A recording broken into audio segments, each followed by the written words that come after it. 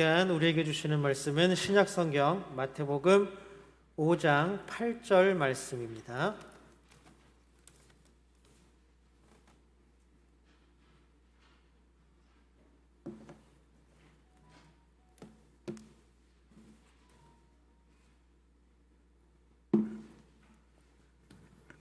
신약성경 마태복음 5장 8절 말씀입니다.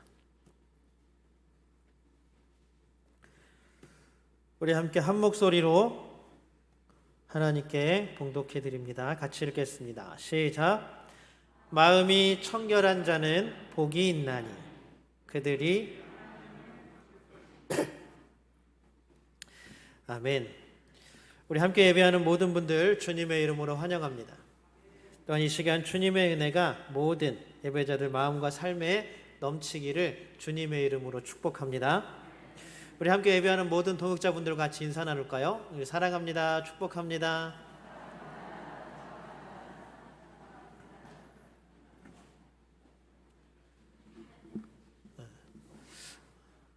날이 추워져서 그런가요? 웃으시는 분들이 있긴 있는데 예전처럼 많지는 않은 것 같아요. 얼굴이 굳어져 가시는 것 같아요. 2월인데 1월보다 더 춥죠? 아프지 마시고 건강하시기를 주님의 이름으로 축복합니다. 여러분들 마음이 있으시죠? 마음이 어디에 있을까요? 여러분들 마음은 어디에 있어요? 마음은 마음속에 있어요? 주로 우리는 안에 있다라는 얘기들을 많이 합니다. 그럼 만약에 우리의 마음이 안에 있다면 여러분들의 마음은 어떤 모양일까요?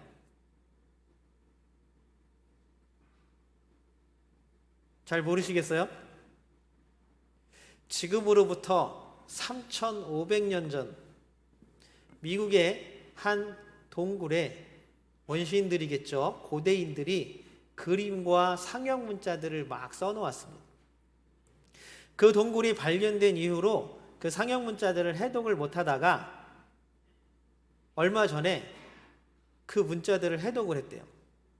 그래서 그곳이 아이들을 가르치는, 요즘으로 치면 학교와 같은 역할을 했던 동굴이었다라는 것들을 알아냈다고 합니다.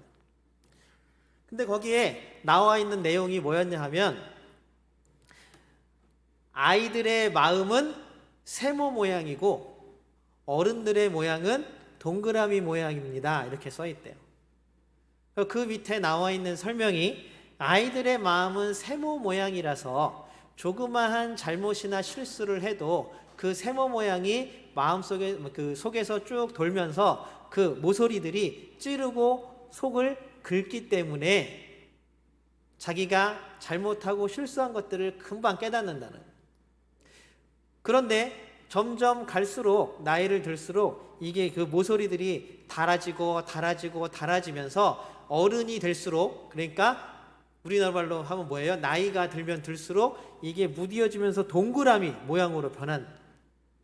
그러면 이제 그 동그라미 모양으로 변한 마음에 있는 것이 아무리 돌고 돌아도 찌르거나 긁지를 못하기 때문에 이제는 작은 것, 어떤 큰 것, 할 것 없이 어떤 잘못이나 실수를 가지고도 그 마음에 찔림이나 박해를 받지 못한다라는 사실입니다. 자, 이 이야기를 지금 들으신 분들은 3,500년 전이나 지금이나 어때요? 비슷한 것 같습니까? 절 보면 그런 것 같아요.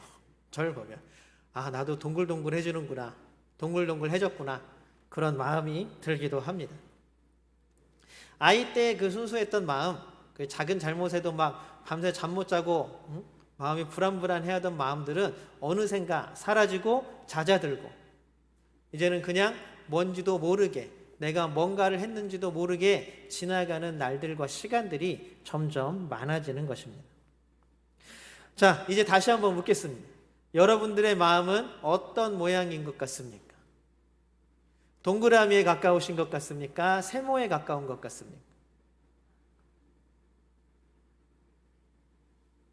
대답 못 하시겠죠?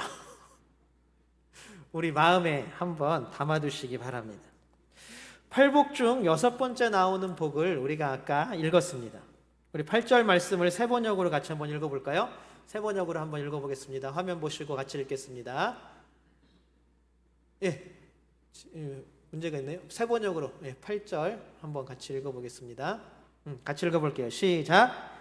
마음이 깨끗한 사람은 복이 있다. 그들이 하나님을 볼 것이다. 이게 첫 번째 심령이 가난한 자는 과 같은 구조를 가지고 있습니다. 혹시 그때 얘기했던 문법적인 설명이 혹시 기억나시나요? 역격. 뭐냐 하면 마음의 상태를 나타내는 거죠. 마음이 지금 이런 상태다. 어떤 상태다? 청결한 상태다. 청결하다는 말은 깨끗하다는 말이겠죠. 여기서 마음이라는 단어는 헬라어로 카르디아입니다. 카르디아. 흔히 우리가 생각하는 것처럼 마음이라는 것은 우리 몸과 따로 분리되어 있는 것이라고 우리는 흔히 생각합니다. 그런데 헬라어에서 마음이라고 나오는 이 카르디아라는 말은 우리의 몸과 이렇게 완전히 분리되어져 있거나 아니면 따로 나누어져 있는 걸 이야기하지 않아요. 원래는 이거를 철학자들은 뭐라고 번역하냐면 전인격이라고 번역합니다. 그냥 단순하게 마음이라고 번역했지만 사실은 전인격이라는 말이 훨씬 더 어울리는 말입니다. 무슨 얘기냐 하면 우리의 모든 행동과 표현이 이 카르디아가 동기가 되어서 나온다고 얘기를 해요. 그러니까 우리가 말을 하거나 우리가 행동을 하거나 하는 모든 것들이 다 이 카르디아가 동기이고 원인이라는 것입니다. 쉽게 말하면 뭐냐면 마음먹은 대로 행동한다 라는 뜻이겠죠.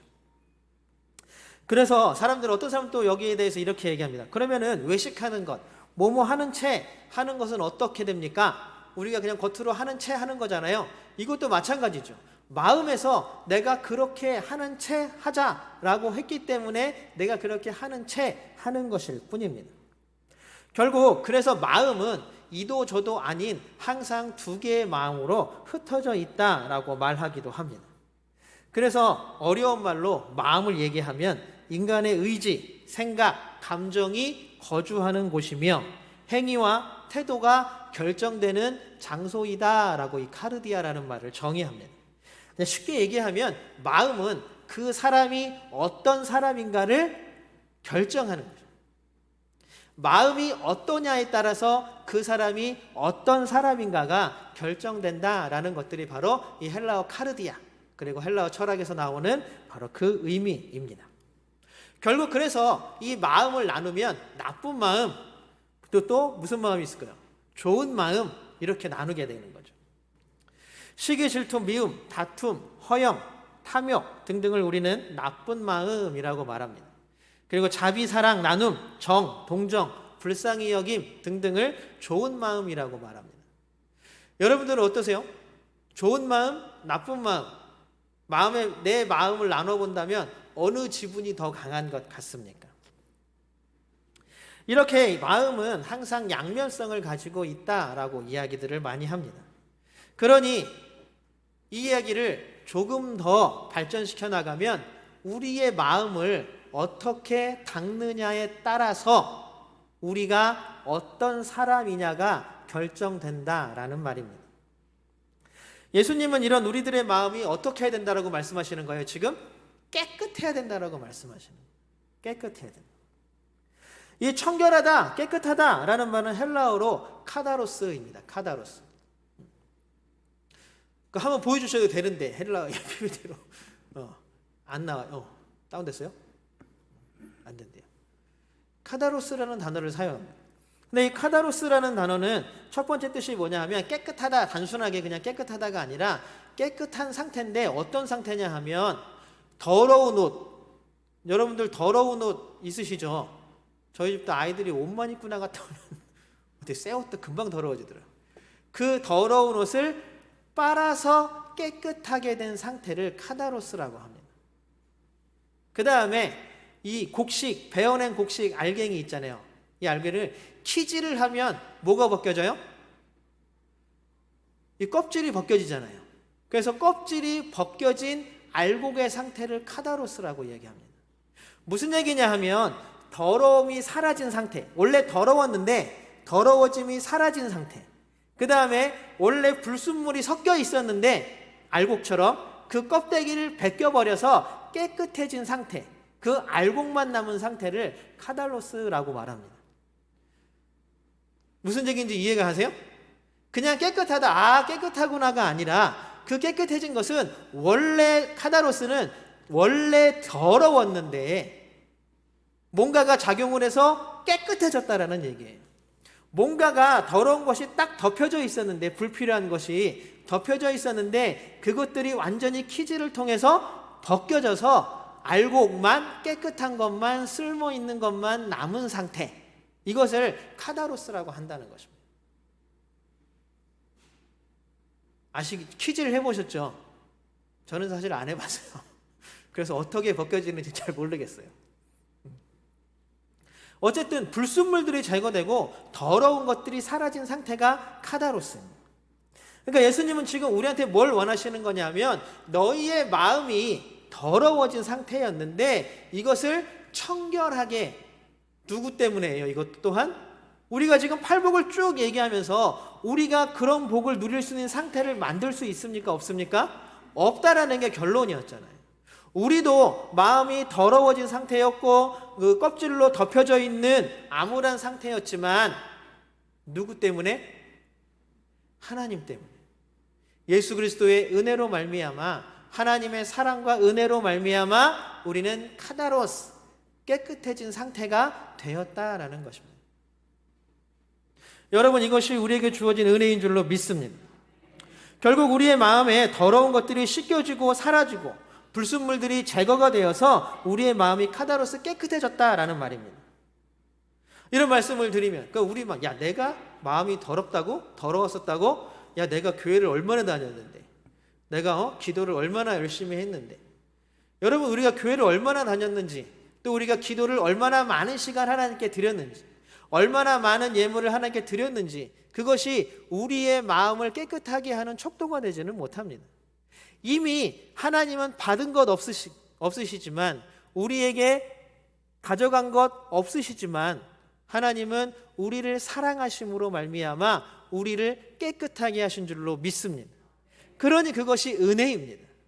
우리가 드리는 모든 것들은 이 은혜에 감사해서 드리는 거지 어떤 대가나 어떤 값을 치르는 것이 아니라는 것을 우리는 분명히 알고 있어야 합니다. 이 놀라운 은혜와 사랑 가운데 살아가는 우리 모두가 되시기를 주님의 이름으로 소망합니다. 미국에는 아직도 인디언 부족 중에 제일 오래 유지하고 있는 부족이 있습니다. 체로키 부족이라는 부족인데요. 이 체로키 부족은 아직까지도 인디언적인 삶의 방식을 고수하는 부족이기도 합니다. 그런데 또 반대로는 한 도시를 완전히 체로키 부족들로 채워서 그 도시의 금융과 상권과 모든 것들을 지배하는, 어떻게 생각하면 가장 인디언들 중에 성공한 인디언 부족이기도 합니다. 이 체로키 인디언 노인이 손주에게 삶의 지혜를 가르치는 그것들이 책으로 나와서 한때 되게 유행하고 굉장히 사람들에게 널리 읽혀졌던 적이 있습니다. 그 체로키 인디언 노인이 손주에게 말하는 것이 바로 이거예요. 마음속에는 늘 싸움이 일어난단다. 얘야, 너는 혹시 그걸 알고 있니? 안 돼요. 그 싸움은 너무나 끔찍해서 마치 두 마리의 늑대가 싸우는 것과 같다. 늑대가 싸우는 거 보셨어요? 저는 아직 한 번도 못 봤어요. 근데 인디안들은 너무나 잘 알겠죠. 늑대가 싸우는 게 그렇게 치열하다 그래요. 그 두 마리 늑대가 싸우는 것 같다는 거예요. 그 중에 한 마리는 악마 같은 놈인데, 그 악마 같은 늑대는 분노와 질투, 슬픔, 후회, 탐욕, 교만, 분개, 자기연민, 죄의식, 열등감, 거짓, 허영, 잘난 체를 나타낸다. 그리고 또 한 마리는 착한 놈인데, 이놈은 기쁨, 평화, 사랑, 희망, 친절, 고요함, 겸손함, 동정심, 관대함, 진실, 연민, 신뢰를 나타낸단다. 근데 이 두 마리의 싸움이, 이 두 마리 늑대의 싸움이 나도 그렇고 너도 그렇고, 할아버지하고 손자죠. 할아버지인 나도, 그리고 손주인 너에게도 똑같이 그 마음 가운데에서 계속 끊임없이 일어나는 싸움이란다라고 가르쳤다고 합니다. 체로키족의 할아버지 말대로 우리의 마음은, 우리 지금 계속 이 얘기 똑같은 얘기 하고 있는 거죠. 우리의 마음은 계속 양편의 싸움입니다. 흔히 만화 같은 데서 보면, 여러분들 아이들 만화 같은 거 보면 제일 잘 나오는 장면이 있어요.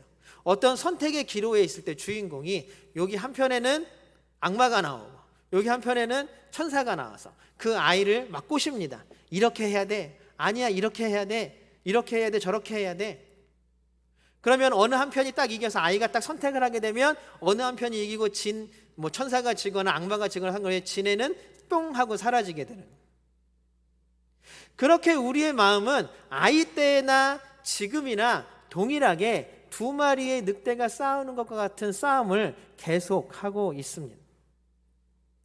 어쩌면 예수님께서 이런 우리의 마음을 꿰뚫어 보시고 마음이 깨끗한 사람은 이라고 말씀하시지 않았을까요? 어떤 마음이 이기느냐에 따라서, 우리 양쪽에 나온 천사와 악마 중에 누가 이기느냐에 따라서 우리의 행동과 삶은 달라지기 마련입니다. 여러분들은 지금 어떤 마음이 승리하는 삶을 살고 계십니까? 그 이야기를 할아버지에게 들은 이 손자가 할아버지한테 물어봅니다. 할아버지, 그러면 어떤 늑대가 이겨요? 여러분, 어떤 늑대가 이길 것 같으세요? 착한 늑대? 악한 늑대? 할아버지가 그 질문에 이렇게 대답을 해줍니다. 네가 먹이를 주는 놈이 이긴단다. 악한 늑대가 있고 착한 늑대가 마음속에서 막 싸우는데 할아버지 누가 이겨요? 악한 늑대가 이겨요? 착한 늑대가 이겨요? 할아버지의 말씀, 네가 먹이를 주는 놈이 이긴단다. 우리가 어디에 더 마음을 두느냐에 따라서, 무엇을 선택하느냐에 따라서 악한 늑대가 선한 늑대가 이기기도 하고 지기도 한다는 사실입니다. 아주 단순한 논리죠. 아까 말씀드렸던 아이들 보는 만화 뽀로로, 여러분 뽀로로만 봐도 많이 나와요. 악마 뽀로로, 천사 뽀로로 나왔고 이렇게 해야 돼 저렇게 해야 돼 말합니다. 그러면은 이 주인공이, 뽀로로가, 펭귄이 뭘 선택하느냐에 따라서 지는 놈이 사라지는 거예요. 갈등하고 싸우지만 결국 내가 어떤 행동을 취하고 어떤 길을 선택하느냐에 따라서 우리 마음 가운데는 착한 늑대가 이기느냐 선한 늑대가 이기느냐라는 싸움입니다. 그러니 우리는 이렇게 듣기까지 했으니 마음을 다스리기가 점점 더 어려워지는 것입니다. 우리 마음이 깨끗해지려면 그럼 어떤 늑대에게 먹이를 주어야 돼요? 착한 늑대에게 먹이를 줘야겠죠. 그런데 우리는 참 그러기가 난감하고 어렵습니다. 여기 있는 저부터도 마찬가지예요. 우리의 삶을 뒤집어 봐도 마찬가지예요. 정답은 너무나 잘 알고 있는데 이 정답에 따라서 가기가, 살기가, 행동하고 마음 먹기가 정말로 어렵고 힘이 든다라는 사실입니다. 두 번째로 카탈로스는 또한 순수한, 아무것도 섞이지 않은 뜻도 있습니다. 결국 아무것도 섞이지 않은 아주 순수한, 원래의 뜻은 뭐냐면 우유에 물을 타지 않은 상태가 바로 이 카탈로스의 상태입니다.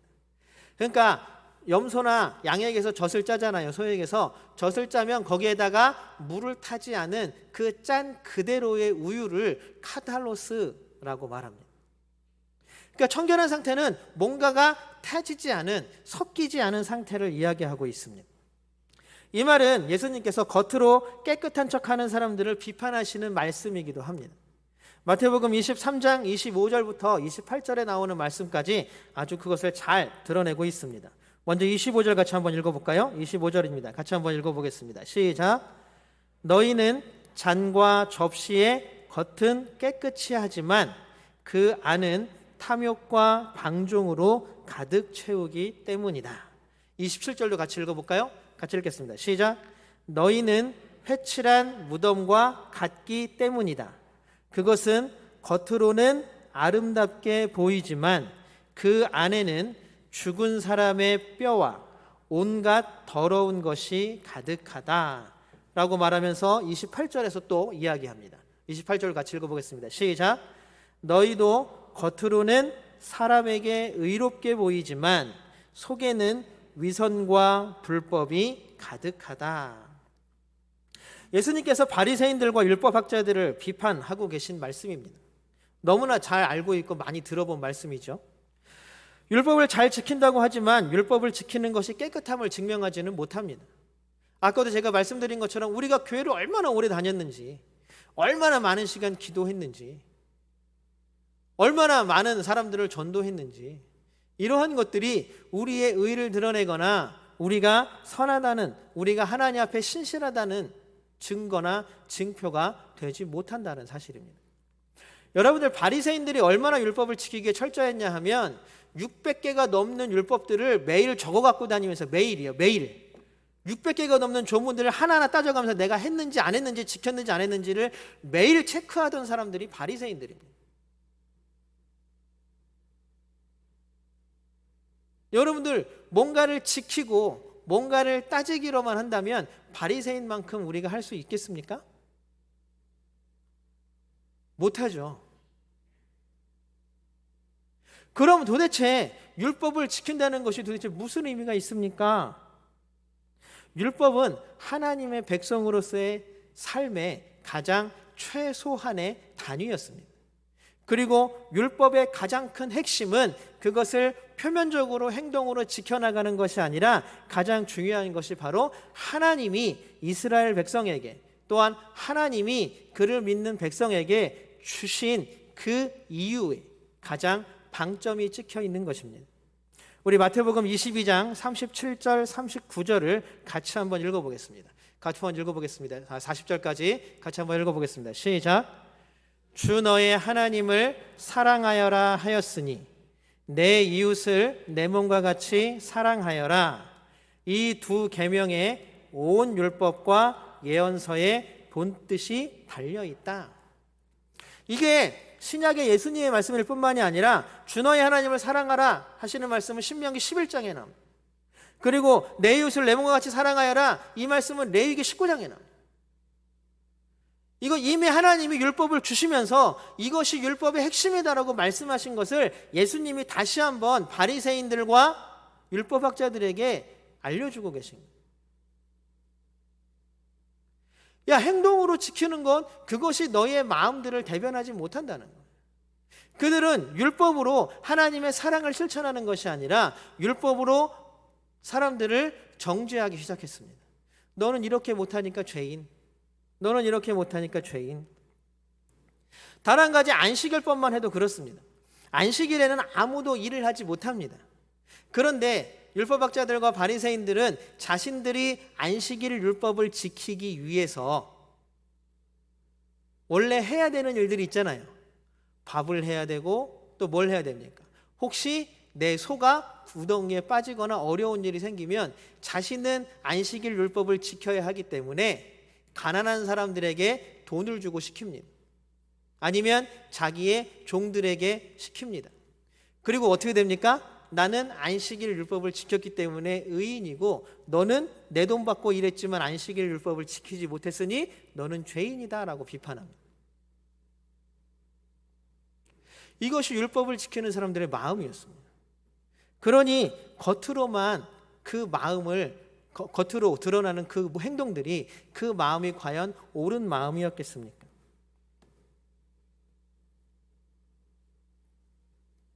그러니 예수님께서는 그 마음들을 비판하시고 뭐라고 계속 말씀을 하시는 것입니다. 여러분, 파리가 뭘 그렇게 많이 비비는지 아세요? 손을 계속 비비고 그 다음에 어떻게 이렇게 막 하잖아요. 이렇게 쉴 새 없이. 이게 뭐냐면 자기 눈을 닦는 거라 그래요. 그래서 곤충 중에 눈이 제일 맑은 곤충이 파리래요. 놀랍지 않으세요? 우리가 맨날 들어서 이렇게 파리채로 잡는 파리가 눈이 제일 맑대요. 눈이. 파리의 눈은 여러 개의 눈이 막 붙어있는 겹눈입니다. 겹눈. 하나의 눈 딱 가지고 있는, 우리처럼 눈 딱 하나 가지고 있는 게 아니라 겹눈, 눈이 막 겹쳐져 있는 겹눈이래요. 그래서 그 눈 위에 작은 먼지라도 하나 딱 붙어 있으면 내 앞에 있는 먹이나 아니면 나를 잡으려고 하는 적들이 어떻게 보이냐면 막 여러 개로 겹쳐서 제대로 보이지 않는다고 해요. 그렇기 때문에 눈을 닦는 거를 한시도 쉬지 않을 수 없습니다. 그러니까 계속 눈을 닦는 거예요. 계속. 왜냐하면 살기 위해서 자신의 눈을 계속 닦고 맑게 유지를 한다라고 합니다. 우리들도 우리의 마음을 부지런히 닦아야 합니다. 우리의 마음이 맑고 투명하면 투명할수록 우리는 오늘 마음이 청결한 자에게 주시는 복, 하나님을 볼 수 있는 줄로 믿습니다. 지난번 설에 서울에 올라가는데 고속도로를 막 타고 올라가는데 눈이 엄청 눈보라가 치는데 앞이 거의 안 보이더라고요. 그나마 앞에서 와이퍼가 한 번씩 쳐줄 때마다 그 틈새로 보이는 길을 가는 거예요. 고속도로인데 30, 40 차들이 이제 다 그렇게 가는 거예요. 눈앞이 보이지 않습니다.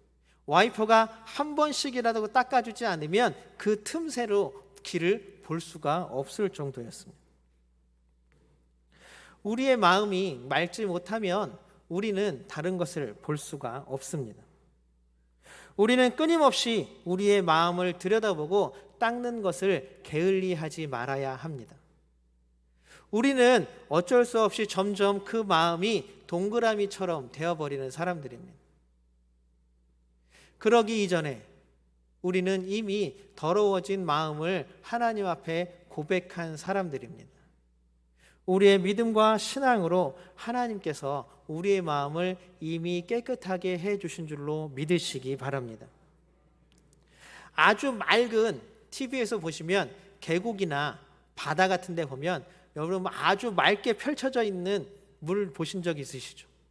바다까지 투명하게 내려다 보이는. 예전에 제가 설악산을 올라간 적이 있었는데 친구들하고 계곡인데 물이 너무 맑은 거예요. 밑에 바닥이 다 보여요. 돌멩이까지 다 보여요. 놀래가지고 진짜 투명하고 맑다. 그런데 언뜻 보니까 얼마 안 깊어 보이는 거예요. 그냥 들어가면 발이 금방 닿을 것 같아요.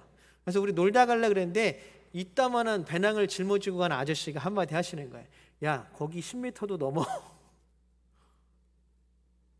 아니 보기에는 얼마 안 돼 보이는데요. 그랬더니 맑으면 맑을수록 그 깊이를 품고 있단다라고 그 아저씨가 이야기를 해주셨습니다. 그 말이 저는 아직까지도 기억해요. 맑으면 맑을수록 그 깊이를 품고 있는, 우리의 마음이 맑아서 하나님 사랑의 깊이를 품고 있는 사람들이 되기를 주님의 이름으로 소망합니다. 우리가 거기까지 가려면 참 얼마나 많이 기다려야 되고 얼마나 많은 시간들을 지내야 하겠습니까? 저도 그렇고 여러분들도 마찬가지입니다. 그럼에도 불구하고 우리는 날마다 울면서 우리의 마음을 닦아가는 사람들이 되시기를 주님의 이름으로 소망합니다. 하나님은 임마누엘의 하나님이십니다. 우리의 마음을 하나님의 은혜로 더러운 것들을 제하여 버리시고 청결하게 만들어 주시는 분, 그분이 하나님이십니다.